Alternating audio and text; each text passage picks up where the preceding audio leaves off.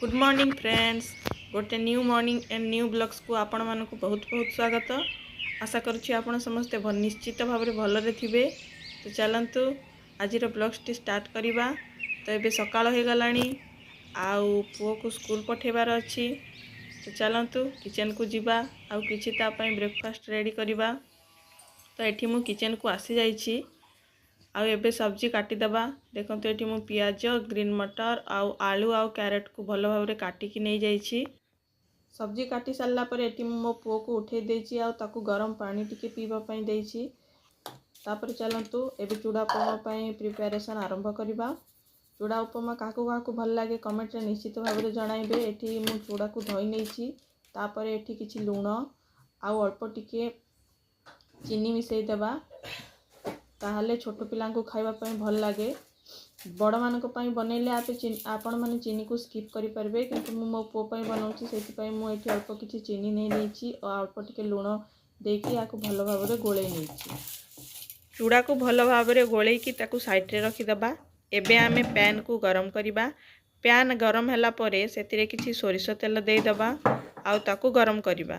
सोरिष तेल भल रे गरम होला परे सेठी देई दबा बादाम आउ किछि सोरिष को भल भाव में फुटिबा पई छाड़ी दबा। तापरे सेठी देबा किछि कड़ी पत्ता भी भल भाव में फुटी गला परे सेठी आमे किछि हिंगु देई दबा। हिंगु देले छुआ को हजम करिबारे सुविधा हबो आउ सेटा देह पई भी बहुत भल। ताकू भल भाव में टिके मिसई की एठी आबे देई दबा कटा हेतिबा पियाज।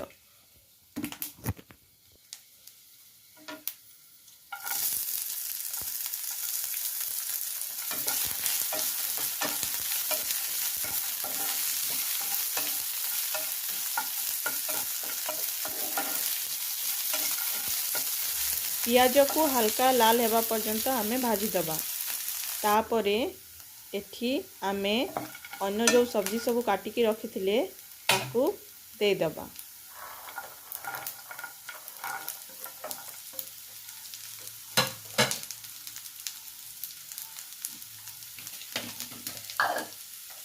सब्जी दे सारा परे सेठी किछि लूण दे दबा।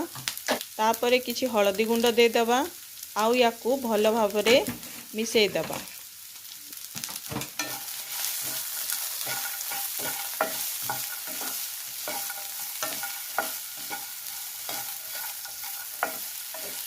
सब्जी को भल भाव में गोळै नेबा। तापरे याकू घोड़े की लो फ्लेम रे 5 ରୁ 10 मिनिट सिझिबा पई छाड़ी दबा।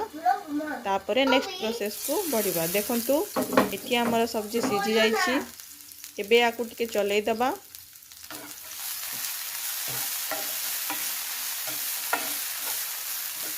एबे एठी दे देबा हमर जो सोक करिकी रखिथिले चूड़ा ताकू एबे एठी देकी भल भाव में मिक्स करिबा।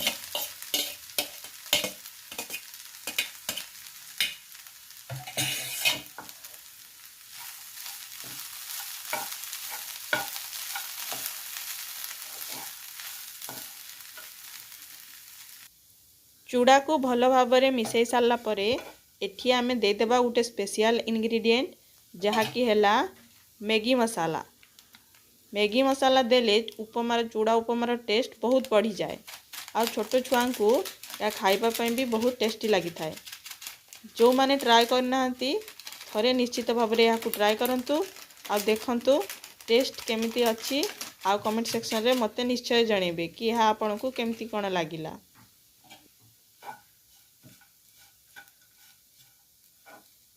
मसाला को एठी चूड़ा सहित भल भाव में मिक्स करवा। तापरे याकू ढांकी लो फ्लेम रे 5-10 मिनिट पई छाड़ी दबा।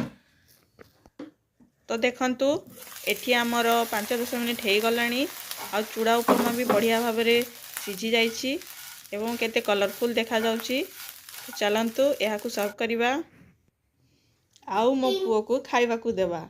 देखिबा से कोन कहूछि।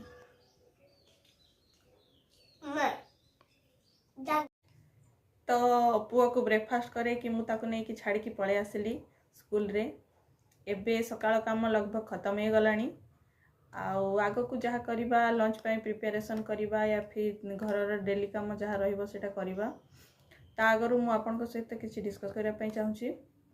एबे पागरे बहुत परिवर्तन होची जेमती कि एबे सकाल सकाळू हल्का हल्का पवन मारुची ठंडा पवन होची दिन बेले बहुत गरम लगुची तापरे पत्र झड़ा भी होची। यही समय छोट छुआंकर देह बहुत खराब रहे आ सब मम्मी मानकर भी यहाँ कंप्लेन रोचे कि आम छुआ को सर्दी खासी ठंडा लगी रोची। तो जो न्यू मम्मी जो मैंने अच्छा मुझे कहूँ कि से माने निज छुआर जत्न केमती कौन नेबे तापाई नेक्स्ट वीडियो मु आनिबी।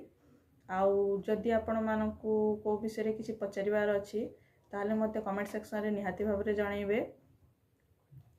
वीडियो भल लागिले लाइक शेयर सब्सक्राइब निश्चित भाबरे करिवे। आउ आपण मानकर सपोर्ट मोर निहाती भाबरे जरूरी।